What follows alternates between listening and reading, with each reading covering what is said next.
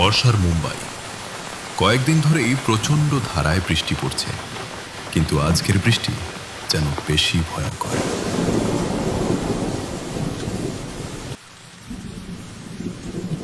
College পড়ুয়া তিতলি ফ্ল্যাটের ভিতর একা বসে মোবাইল দেখছিল। এমন সময় হ্যাঁ মা, বলো। কলেজ থেকে কখন ফিরলে তুমি? এই কিছুক্ষণ আগে। তোমরা কখন ফিরছো? আমাদের তো একটু দেরি হবে মা, বিয়ে বাড়ির ব্যাপার বোঝোই তো। হ্যাঁ, জানো কি এসেছে? না, এখনো তো আসেনি। আসেনি? উফ, কি ইরেসপন্সিবল। কতবার ওকে বললাম তিতলি কলেজ থেকে ফিরে আসার আগেই যেন চলে এসো, এলো না। বেশ, আর কিছুক্ষণ দেখো, তার মধ্যে যদি না আসে আমায় ফোন করো। আচ্ছা, বাই দ্য ওয়ে, রানু এসেছে? না। বেশ, আমি দেখছি কি করা যায়। আর শোনো, বৃষ্টি এলে জানলাগুলো বন্ধ করে দিও কিন্তু। এখন রাখছি, লক্ষ্মী হয়ে থেকো, কেমন? ওকে মম। এরপর তিতলি ফোনটি রেখে দেয়।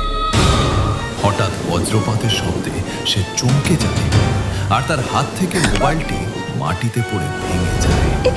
ইসে, ভেঙে যাওয়া মোবাইলটা তিতলি হাতে তুলে বুঝতে পারে এটি আর ব্যবহারের যোগ্য নেই। হঠাৎ বৃষ্টিটা আরো জোরে নামে। তিতলি ছুটে গিয়ে জানলা বন্ধ করে, আর তারপরে পিছনে পায়ের শব্দে সে চমকে পিছনে তাকায় আর দেখে তার পিছনে নিঃশব্দে এসে দাঁড়িয়েছে জানকী পিসি। নাও নাও, গরম গরম কফিটা খেয়ে ফেলো, ধরো দেখি।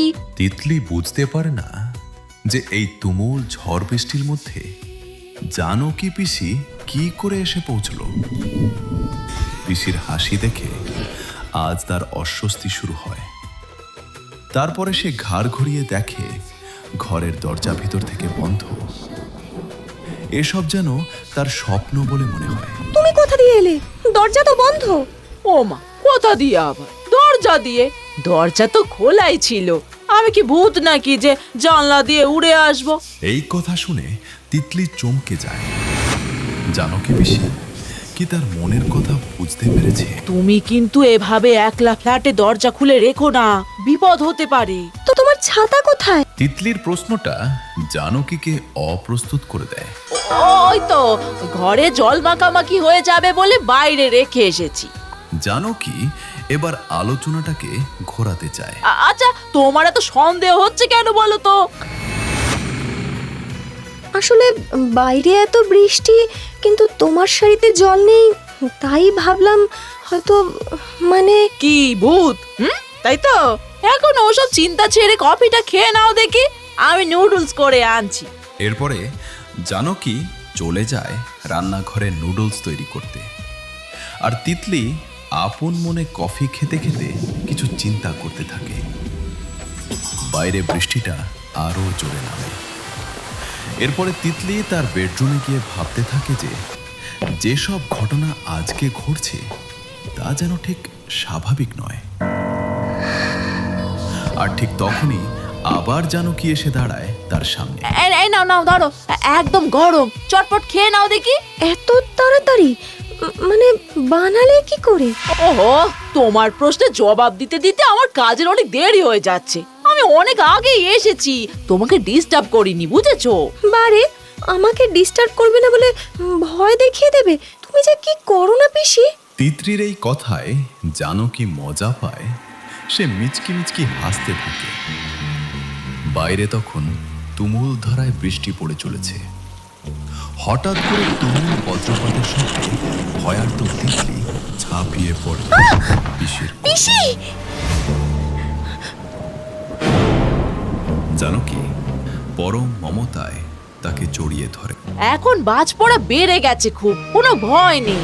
কিন্তু তৎক্ষণাৎ তিতলি নিজেকে জানকীর কাছ থেকে ছাড়িয়ে নিয়ে বলে ওঠে, পিসি, তোমার হাতটা এত ঠান্ডা কেন গো? বাহ, ঠান্ডা হবে না? এত বৃষ্টির মধ্যে এসেছি, বেসিনের জল এর মধ্যে খুব ঠান্ডা হয়ে গেছে। জানকীর কথায় তিতলির সন্দেহ মেটে না। আর ঠিক তখনই ঘরে ল্যান্ড ফোনটা বেজে ওঠে। সে ছুটে যায় টেলিফোনটা তোলার জন্য। জানকী পরম মমতায় বলে ওঠে, সাবধান তিতলি, সাবধান, এই অন্ধকারে ছুটোছুটি করো না, হুমড়ি খেয়ে পড়লে মাথা ফেটে যাবে। তিতলি ফোনটি তুলে নিয়ে হ্যালো হ্যালো করতে থাকে, কিন্তু ততক্ষণে ফোন লাইন ডেড হয়ে গেছে। ওরে বাবা, ফোনের লাইন তো কেটে গেছে। কাকে ফোন করবে তুমি? হতাশ হয়ে তিতলি সোফায় এসে বসে পড়ে। না মানে মাকে করতাম, মাই নিশ্চয়ই আমাকে ট্রাই করছে। যা বাজ পড়লো আর ঝড়, ফোনের লাইন নিশ্চয়ই খারাপ হয়ে গেছে।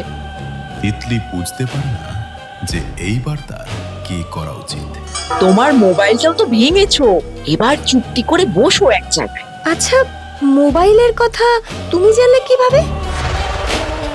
আমি তো দেখলাম নিজের চোখে। তিতলি নিঃসন্দেহ হয় যে আজ অস্বাভাবিক কিছু একটা ঘটছে। পিসি, পিসি আমার ভয় করছে তোমাকে, তুমি আমার কাছে এসো না। ভয় পাচ্ছ কেন তিতলি? আমি কি ভূত নাকি? সেই ছোটবেলা থেকে তোমাকে এত বড় করলাম, আর আমাকেই ভয় পাচ্ছ? আস্তে আস্তে জানকী এগিয়ে যায় তিতলির দিকে। জানকীর হাসি আজ তিতলিকে ভরসা দিতে পারে না। ঠিক সেই সময় হঠাৎই ঘরের দরজায় আওয়াজ হয়। কে যেন বাইরে থেকে জোরে জোরে দরজা ধাক্কা দিচ্ছে। এই শব্দে তিতলির অস্বস্তি কিছুটা কমে যায়, কিন্তু জানকীর মুখের হাসি মিলিয়ে গিয়ে সেখানে এক ভয়ঙ্কর রাগ প্রকাশ পায়। তিতলি বলে ওঠে, রানু মাসি এসে গেছে মনে হচ্ছে। আসছে মাসি, আসছে। তিতলি দরজা খুলতে যেতেই জানকী তাকে থামিয়ে দেয়। খবরদার তিতলি, ও রানু নয়। ওদিকে দরজায় ধাক্কার আওয়াজ ক্রমশ বেড়ে চলতে থাকে। দরজা খুলবে না, বিপদ হতে পারে। দরজা খুলো না। হ্যাঁ, জানকী চরম ভয়ে তিতলিকে জড়িয়ে ধরে। বাইরে বিদ্যুৎ চমক বেড়ে চলে। জানকী এবার আই হলে চোখ লাগিয়ে দেখে ঘরের বাইরে রানুর অশরীরী আত্মা। দরজা খুলে দে জানকী, নইলে কিন্তু ভেঙে ঢুকবো। দরজা খোল, খোল বলছি। তুই পারবি না রানু, কিছুতেই এই ঘরে ঢুকতে পারবি না। তিতলি আমার মেয়ে, ওর কোনো ক্ষতি তুই করতে পারবি না। দেখি দেখি তুই ঢুকতে পারিস কিভাবে। ঘটনার আকস্মিকতায় তিতলি হতভম্ব হয়ে যায়। এরপর সে দরজার আই খুলে চোখ লাগিয়ে রানুর প্রেতাত্মাকে দেখে ভয়ে স্থবির হয়ে যায়। জানকী এবার বলে ওঠে, আমি আমি আমি একে সামলাচ্ছি। তুমি লোহার চেয়ারটা এনে দরজায় চেপে রেখে লোহা ছুঁয়ে থেকো, তাহলেও ভয় পাবে। চেয়ার আনতে সে ছুটে যায় ঘরের ভেতর। ওদিকে রানুর অশরীরী প্রেতাত্মা ঘরে ঢোকার আপ্রাণ চেষ্টা করতে থাকে, কিন্তু কিছু একটা শক্তি যেন তাকে ঘরে ঢুকতে দিচ্ছে না। চেয়ার এনে তিতলি দরজার সামনে রেখে দেয় আর জানকীর হাত ধরে ছুটে বেডরুমে ঢুকে পড়ে। অশরীরী রানু ঘরে ঢোকার জন্য সমস্ত রকম চেষ্টা করতে থাকে, কিন্তু কিছুতেই সে তা করতে পারে না। তিতলির ভয় ক্রমশ বেড়ে চলে।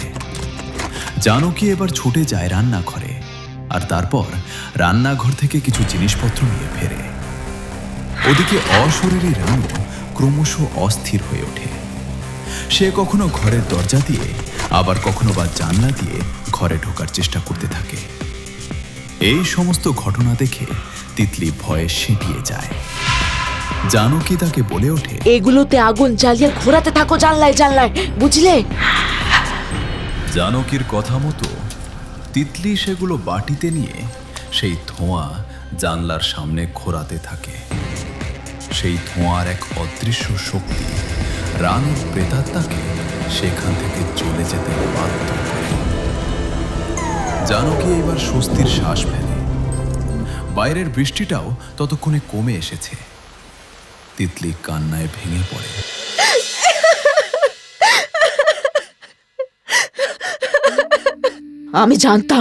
আমি জানতাম রানু এভাবেই আসবে। ট্রেন থেকে নেমে শুনলাম এই বৃষ্টিতে রেল লাইন টপকাতে গিয়ে কে যেন একটা কাটা পড়েছে। আমি ওই ট্রেনেই ছিলাম, কি মনে হলো দেখতে গেলাম, গিয়ে দেখি রানু। তক্ষুনি পড়ি কি মরি করে ছুটে চলে এলাম তোমার কাছে ওকে আটকাতে। যাক যাক, ঠিক সময় যে আসতে পেরেছিলাম। এবার এবার আমি আসি সোনা, আসি। তুমি আজ থেকে যাও পিসি। মা বাবা এক্ষুনি এসে পড়বে। মা না আসা পর্যন্ত প্লিজ থাকো পিসি, আমার ভীষণ ভয় করছে। তার আর উপায় নেই গো। রানুকে দেখেই তাড়াতাড়ি আসতে গিয়ে পেছন থেকে একটা বাসের ধাক্কা খেয়ে আমিও। জানকীর বিষাদ মাখা মুখ দেখে তিতলির ভয় চলে যায়। এই পরম মমতাময়ী অশরীরী জানকী পিসি তাকে আরেক অশরীরীর হাত থেকে এই মাত্র রক্ষা করেছে। সে জানকী পিসির কোলে মাথা নামিয়ে দেয়। এরপর জানকীর আত্মা সেখান থেকে অদৃশ্য হয়ে যায়। তিতলি কান্নায় লুটিয়ে পড়ে। জানকী পিসির এই পরিণতি তাকে বিষাদময় করে তোলে। সে কাঁদতে কাঁদতে ঈশ্বরের কাছে প্রার্থনা করতে থাকে যে জানকী পিসির আত্মা যেন শান্তি পায়।